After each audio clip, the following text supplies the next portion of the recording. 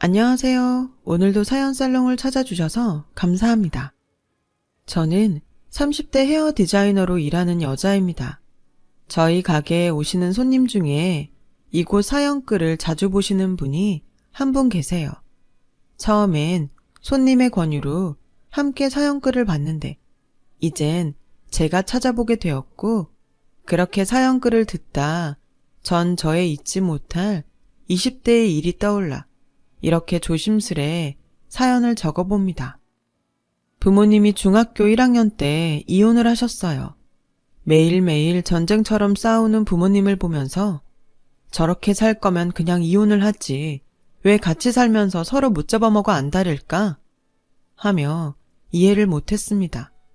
그 즈음이 제가 사춘기였는데 하나뿐인 딸의 사춘기보다 당신들의 치열한 싸움이 중요했던 부모님은 저는 안중에 없었어요. 그때 전 철이 빨리 들었는지 사춘기도 집안 분위기 봐가며 부릴 수 있는 거라는 생각을 하게 되었습니다. 주변 어른들은 저에게 주인은 다른 애들이랑 다르게 철이 들어 예쁘네. 부모님이 참 좋아하시겠다. 라며 모르는 소리를 가끔 하셨고, 전 그럴 때마다 그냥 미소만 살짝 보이고 그 자리를 피해버렸어요. 저희 아빠는 건설 현장에서 일하는 노동자였고, 엄마는 동네 제법 큰 마트에서 아르바이트를 하고 계셨죠.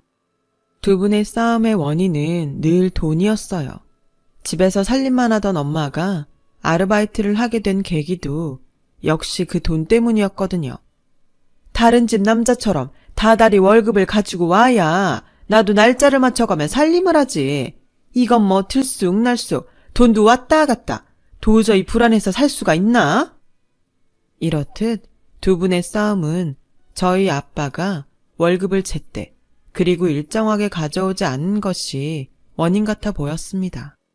그 뒤로 몇 년간 더 치열한 부부싸움을 하시다 부모님은 결국 이혼을 하셨어요. 저희 엄마는 저에게 자기 몸 하나 건사하는 것도 힘드니 저는 아빠와 살라고 말하고는 자기 집만 챙겨서 집을 나갔고, 전 충격에 빠지게 되었어요. 엄마와 아빠가 이혼할지 모른다는 생각은 어릴 때부터 했지만 전 당연히 엄마가 절 데리고 나갈 거라고 생각했거든요. 그날 이후 저희 집은 아빠와 저 둘만 남았어요. 늘 전쟁터 같던 집안은 소리라는 것이 없어진 절간처럼 고요하고 무거운 침묵만 흘렀습니다. 아빠는 제가 딸이라 그런지 저를 조금 어려워하셨어요. 이상하리만큼 다른 지역 공사를 많이 하셨고, 그래서 저는 혼자 집을 보는 날이 많게 되었어요. 지금 생각하면 아빠도 저와 둘이 있기가 그리 쉽진 않았던 게 아닌가 생각하게 되네요. 솔직히 아무도 없는 집은 편했어요. 더는 마음 졸이지 않아도 되고 아빠를 신경 쓰지 않고 집안을 돌아다닐 수 있었거든요. 그러면 안 되는데 저는 아빠가 집에 오지 않는 날을 점점 좋아하게 되었습니다. 그렇게 어른의 관리 없이 저는 공부보단 게임이나 연예인에 빠져들었고 학교에서 조금 불량한 친구들하고 어울리게 되었어요. 저와 친구들은 주로 모여서 가끔은 학교에 가지 않고 사복을 입고 어른 흉내를 내며 놀러 다니기도 했습니다. 어른들이 하지 말라는 것은 스릴 있고 재밌었어요. 그리고 그런 일탈을 하기엔 집이 빌 데가 많은 저희 집이 딱이었고요. 그렇게 저희 집은 우리들의 아지트가 되었죠. 저도 알고 있었어요. 이게 나쁜 일이라는 것을요. 하지만 자유를 얻은 듯 했던 저는 조금은 그래도 되지 않을까 생각했고, 처음에 어렵지 한번 시작한 일탈은 끊을 수 없었어요. 아빠도 살짝 눈치를 채고 있는 듯 보였지만 선뜻 저에게 뭐라고 말하지는 못하는 듯 보였죠. 그러던 어느 날 아빠는 저에게 모르는 여자를 소개하더라고요. 곧이어 그 여자가 저의 새엄마가 될 거라고 통보했고요. 저는 예상하지 못한 일이라 당황했는데 그런 저를 보며 새엄마가 될 여자는 너 생각보다 귀엽게 생겼구나 잘 부탁해. 라며 저에게 먼저 손을 내밀었어요. 그 손을 잡지 않았어요. 그리고 제가 할 수 있는 최선의 반대를 했어요. 하지만 그런 저의 반대는 아무런 소용이 없었고 전 아빠의 결혼식에 참석해야 했어요.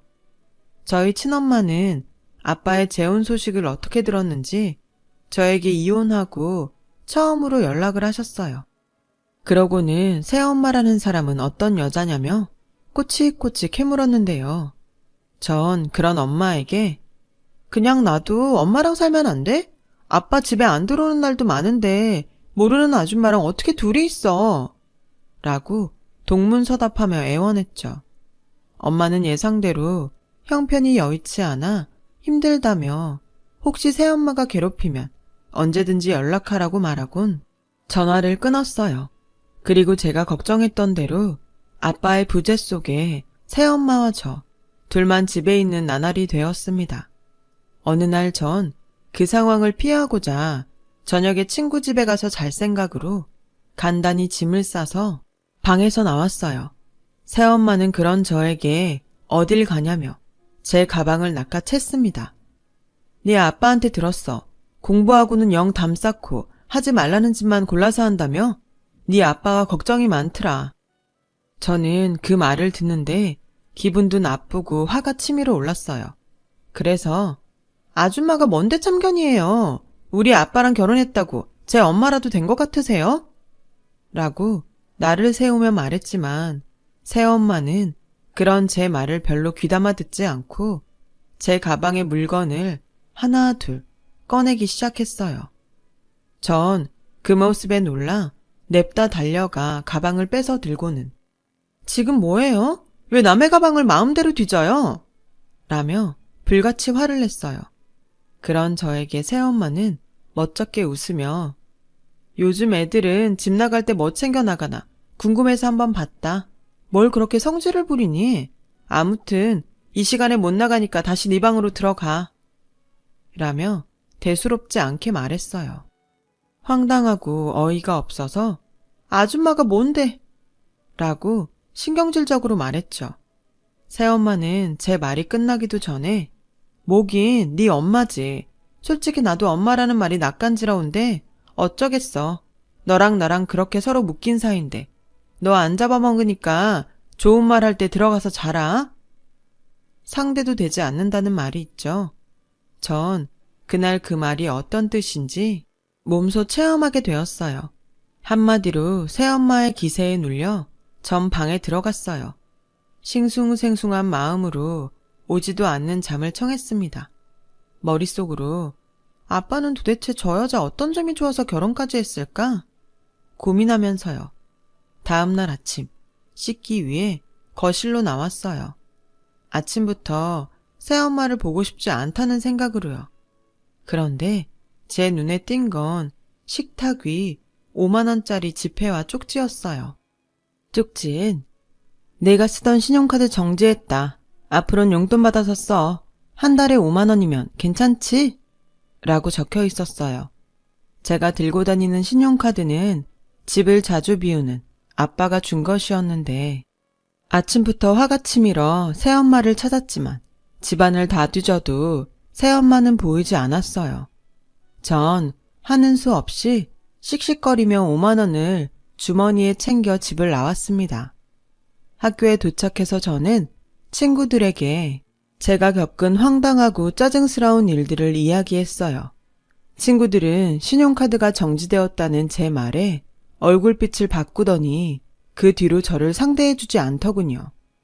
서로 비밀을 공유하고 하지 말아야 할 일탈도 함께한 친구들인데 그 친구들은 절 친구로 생각하지 않은 모양이었어요. 저는 심한 배신감에 우울증이란 감옥에 갇히게 되었어요. 이 일의 원인인 새엄마와 그리고 그런 새엄마를 데리고 온 아빠를 용서하지 못한 채 방문을 잠그고 나오지 않게 되었습니다. 그렇게 보름을 지내니 학교에선 무단결석이 많아지고 있다며 연락이 왔고 전 될 대로 되라는 심정으로 모른 척 했어요. 그러던 어느 날 갑자기 제 방문을 망치로 때리는 소리가 들리기 시작했고 방문은 요란한 소리를 내며 부서졌습니다. 정말 놀라고 당황했는데 제 눈에 곧 망치를 손에 든 새엄마의 모습이 보였어요. 지금 뭐 하는 거예요? 왜 멀쩡한 문을 부시고 난린데? 저는 있는 힘껏 소리를 질렀어요. 하지만 새엄마는 눈 하나 깜짝하지 않으면서 제 머리통을 정말 세게 손으로 내리치더라고요. 거짓말 조금 보태서 전 그날 별을 본 것 같았어요. 정신도 좀 희미해지는 것 같았고요. 그깟 일로 방구석에 처박혀서 너야말로 뭔 청승인데 오늘 학교 가서 얘기 다 들었어. 넌 등신처럼 돈 보고 만난 개들이 친구라고 생각했어? 난 또 무슨 대단한 일을 겪고 저러나 했지. 꼴 같지 않게 쇼하지 말고 당장 내일부터 학교 가. 쇼? 당신은 내가 지금 쇼하는 것 같아? 당신이 뭘 알아? 제발 부탁인데 그냥 나한테 관심 꺼. 뭘 하냐고? 내가 네 마음 한번 맞춰볼까? 너 배신감에 성질났다가 내가 뭘 할 수 있나 무기력해지고 앞으로 학교에 어떻게 다닐까 걱정되다가 짜증나서 그냥 다 포기하고 싶고 친엄마한테 같이 살자고 하고 싶지만 다시 버림받을까 봐 무섭지? 저는 아무 말도 하지 못했어요. 무슨 쪽집게 무당처럼 제 마음을 술술 읊는데 얼굴이 다 화끈거리기 시작했어요. 그런데 그 뒤에 새엄마의 말은 저를 더욱 당황하게 했습니다. 나도 다 겪어봐서 알아. 엄마라고 생각하지 않아도 돼. 그냥 네가 지금 겪는 일들 미리 먼저 겪은 사람이라고 생각해도 된다고. 싸가지 없게 굴어도 되니까 보는 사람 짜증나게 숨지 마. 그래봤자 네 손해야. 전 눈물이 나왔어요. 제 마음속이 모두 까발려진 듯한 기분에 그냥 눈물만 마구 났습니다. 당당하게 내일 학교 가. 그리고 필요하다면 너 학교 끝날 때 내가 교문 앞에서 기다려줄게. 내가 그년들 가만 안 둘 거야. 새엄마는 화를 내는 듯 장난을 치는 듯 제 앞에서 오버하며 큰 소리로 말했고 전 눈물이 계속 나는데 저도 모르게 웃음이 나왔어요. 이제 좀 웃네. 왜? 이제 네 편 하나 생긴 것 같아서 마음이 놓여? 사실 내가 너한테만 얘기하는 건데 나 학교 다닐 때 장난 아니었다. 어줍잖게 각 잡던 애들도 내 앞에선 쩔쩔 맸어. 너 지금 네 뒤에 얼마나 든든한 백이 있는 건지 모르지? 안 그래도 모범생은 아니겠지. 짐작은 하고 있었어요. 뭐?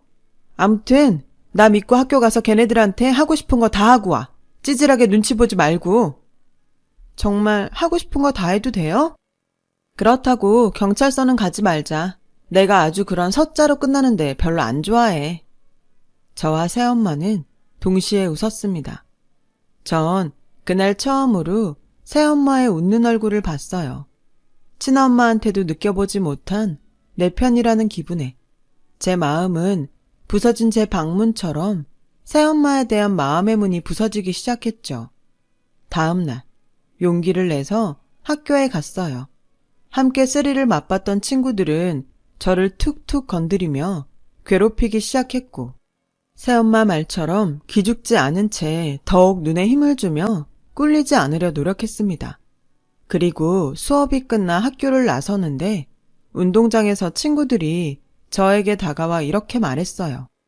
카드는 정지됐어도 돈은 들고 다니지? 없는데. 야, 내가 그 말을 믿을 것 같아? 믿던지 말던지.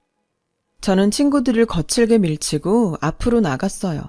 그러자 친구 하나가 제 머리채를 잡았고 저도 친구 머리채를 잡으려는 순간 악! 하는 비명이 들렸어요. 언제 왔는지 새엄마가 제 머리채를 잡은 친구의 머리채를 똑같이 잡고 있었습니다. 아줌마 뭐예요? 보면 몰라? 사람이잖아. 아씨, 장난하지 말고. 그래? 나 얘 엄마야. 친구들은 일제히 표정이 굳었고 새엄마는 친구들을 자기 앞으로 끌어와 뭐라고 말하는 듯 보였는데 친구들은 얼굴이 사색이 돼서는 도망치듯 교문을 빠져나가더라고요. 뭐라고 했길래 쟤들이 저렇게 도망가요? 별말 안 했어.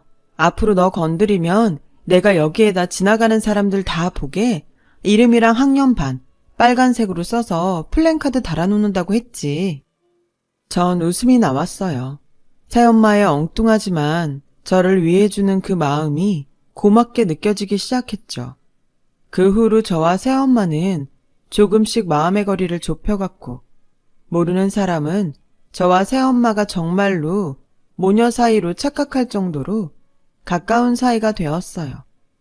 그렇게 저는 중학교를 졸업해 고등학교 3학년을 마쳤습니다. 아빠는 대학 진학을 하라고 했지만 등록금이 한두 푼도 아니고 서울에 있는 대학에 갈 성적도 아닌지라 대학 진학 대신 미용학원에 다니겠다고 했어요. 하지만 아빠는 우리나라에선 대학을 나오지 않으면 사회생활을 할 수 없다고 강하게 반대를 하셨고요. 그때는 형편도 어려우면서 대학 진학을 강요하는 아빠가 이해가 되지 않더라고요. 결국 저희 부녀는 심하게 부딪히게 되었습니다.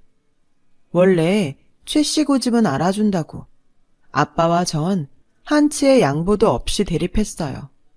그런데 의외의 복병으로 등장한 새엄마는 왜 애 인생에 이래라 저래라 하지? 자기가 대신 살아줄 거야? 싸울 일도 아닌데 하루 이틀도 아니고 혹시 심심해?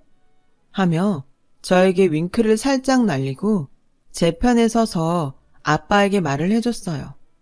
순간 아빠는 헛기침을 몇 번 하고 민망한지 담배를 가지고 밖으로 나갔고, 새엄마는 저에게 자기 신용카드를 주며 내일 학원에 가서 등록하고 오라고 했어요. 그때 처음으로 고맙다고 이야기했고, 새엄마는 웃으며 열심히 하라고 말해 주었어요. 전 그렇게 사회에 첫 발을 내디뎠어요. 미용실 막내 스텝으로 청소부터 가게의 모든 잡일은 제 몫이었고, 아침부터 저녁까지 다리가 퉁퉁 부을 만큼 전 열심히 했어요. 그리고 모두 퇴근하면 청소와 함께 커트 연습과 파마 마는 연습을 거의 매일 했는데, 그러던 어느 날 처음 본 손님이 가게 문을 두드렸습니다. 혹시 지금 머리 자를 수 있어요?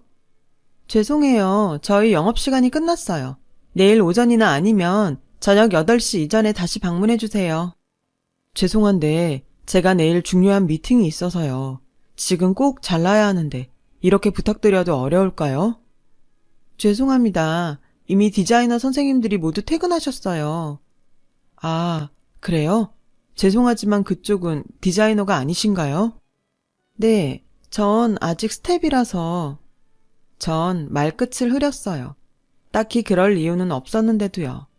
그러자 남자는 제 손에 든 가위를 가만히 쳐다보곤 이렇게 말했습니다. 괜찮으니까 단정하게만 좀 부탁할게요. 제 머리를 저기 마네킹 머리라고 생각하고 편하게 잘라주세요. 네? 너무 놀랐어요. 가끔 늦은 시간에 오시는 손님은 있었지만 스텝이라고 말한 저에게 머리를 해달라고 하는 손님은 없었거든요. 곤란하다고 했어요. 혹시라도 제가 잘못해서 머리가 이상해지면 안 되니까 그럴 수 없다고 단호하게 말했습니다. 그러자 남자는 괜찮아요. 원래 초보 운전이 더 안전하잖아요. 괜히 하는 소리 아니고 제가 정말 지금 머리를 자르지 않으면 곤란해서 그래요. 라고 막무가내로 안으로 들어왔습니다. 전 어쩔 줄 몰라서 망설였어요. 남자는 웃으며 괜찮다고 혹여 정말 머리를 망치더라도 자긴 절 원망하지 않겠다고 저에게 다짐을 하더라고요. 조심스럽게 남자의 머리에 빗질을 했고 차분히 그리고 조금씩 머리를 잘라 돌이킬 수 없는 실수를 하지 않으려고 몇 번이고 확인하며 머리를 잘랐어요. 얼마나 긴장을 했는지 손에 다 땀이 났고 1시간도 훌쩍 넘었어요. 다행히 남자분의 머리를 망치지 않고 무사히 커트를 끝냈고 남자는 돈을 내겠다고 했지만 전 스텝이라 괜찮다고 사양했습니다. 그럼 내가 너무 미안한데. 괜찮아요.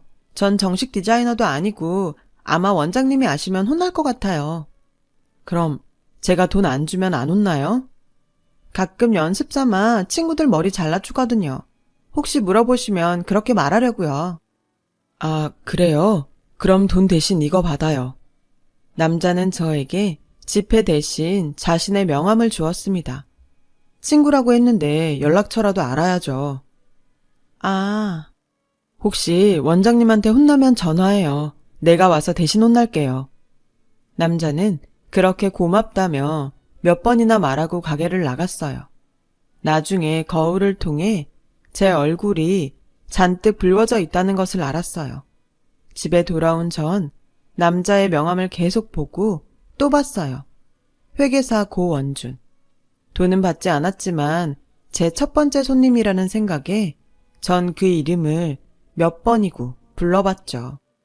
그때까진 우리가 또 볼 일이 있을까? 하고 생각했어요. 하지만 그 후로 한 달에 한 번은 꼭 보는 사이가 되었습니다. 물론 그때마다 돈이 아닌 다른 걸 받았어요. 돈만 아니면 괜찮죠? 친구가 빈손으로 오기 그래서 치킨 한 마리 사왔어요. 오늘은 오는데 아이스크림이 너무 먹고 싶잖아요.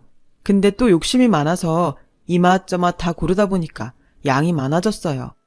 친구가 사온 거니까 부담 갖지 말고 같이 먹어요. 남자의 엉뚱하고 유머러스한 접근에 마음이 동했고 저희는 연인이 되었어요. 그는 첫 만남대로 조금 바쁜 사람이었지만 늘 퇴근하고 저를 데리러 오는 부지런한 사람이었어요.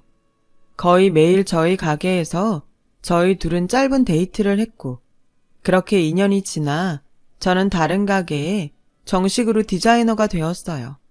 조금씩 저를 찾아주는 단골 손님도 생겼고 그렇게 점점 헤어 디자이너로 자리를 잡아갈 즈음 남자친구는 저에게 프로포즈를 했어요. 저보다 7살 많은 남자친구는 집에서 자꾸 결혼 이야기를 한다며 저를 집에 소개하고 싶다고 하더라고요.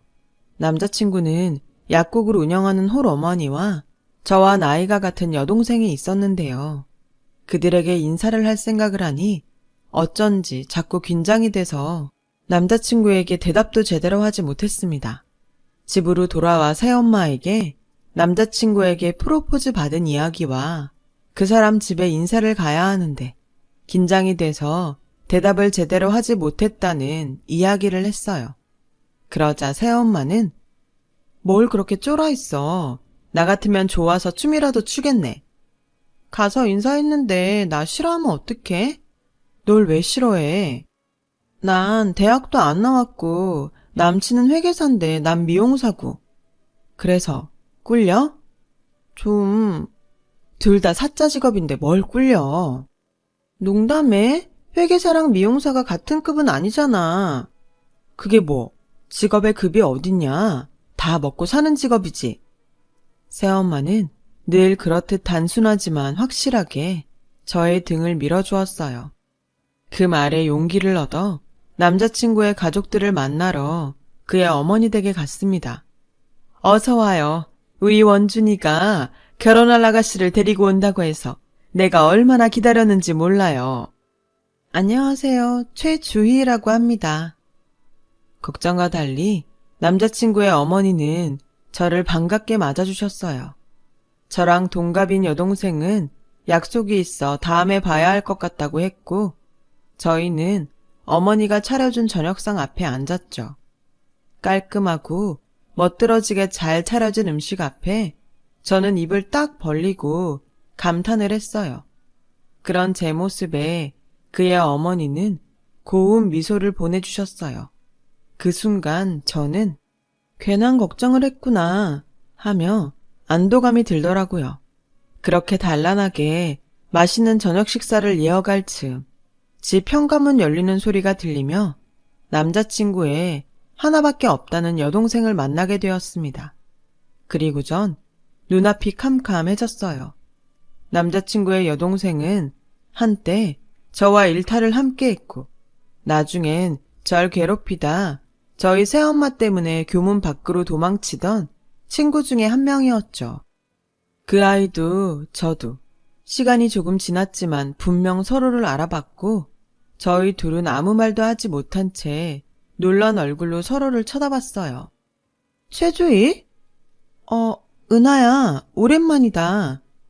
저희 둘은 어색하게 인사를 했고 남자친구와 그의 어머니는 신기한 인연이라며 호들갑을 떨었어요. 시간이 어떻게 흘러가는지도 모른 채 표정을 잃고 어색한 미소만 동동 얼굴에 띄었습니다. 어디 불편해? 남자친구는 제 안색이 별로라며 걱정했고 그의 어머니는 방에 들어가 물과 알약을 가져오시며 내가 종종 소화 안 될 때 먹는 거예요. 라고 말씀하셨어요. 약으로 해결될 일이 아닌데. 그래도 약을 받아 먹고 곧 그 집을 나왔어요. 그리고 저를 집에 바래다 주겠다는 남자친구에게 저와 은하의 사이를 이야기했죠. 남자친구는 놀라는 눈치였어요. 남자친구의 말을 들으니 그 친구는 집에서 순하고 겁도 많은 막둥이였고 그런 일은 상상조차 할 수 없는 일이라며 제 말을 믿지 못하는 눈치였죠. 전 집에 와서 괜히 이야기했나 싶었어요. 남자친구 집에 인사를 다녀온 것을 아는 새엄마는 궁금한 눈치였는데 차마 그때 날 괴롭히던 애가 남자친구의 동생이라는 말은 못하겠더라고요. 그리고 다음날 저는 뜻밖의 남자친구 어머니의 전화를 받게 되었습니다. 내가 일하는데 전화해서 미안해요. 내 마음이 조금 급해서 혹시 이따 오후에 잠깐 볼 수 있을까요? 내가 할 이야기가 있어서. 올 것이 왔구나 싶은 생각에 알겠다고 했어요.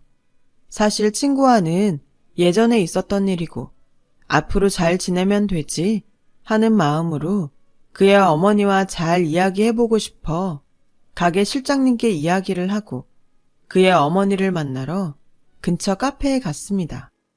시간 오래 뺏지 않을게요. 단도직입적으로 난 이 결혼 허락 못해요. 네? 혹시 은하가 무슨 얘기 하던가요? 사실 그것도 그거지만 나 솔직히 아가씨 우리 애 짝으로 맞지 않는다고 생각했어요. 원준이가 아가씨 한 번만 보라고 하도 이야기해서 한번 본 건데 마침 우리 딸애랑도 불편한 사이라고 하니 그냥 서로 인연이 아니었다고 생각해요. 원준 오빠도 같은 생각인가요? 그것 때문에 좀 부탁하고 싶은데 그의 어머니는 저에게 남자친구에게 헤어지자고 말해달라고 부탁하셨어요. 마침 친구 문제도 있으니 겸사겸사 잘 되지 않았냐며 서로 불편하게 끝내지 말고 좋은 인상으로 끝낼 수 있었으면 좋겠다고 하셨죠.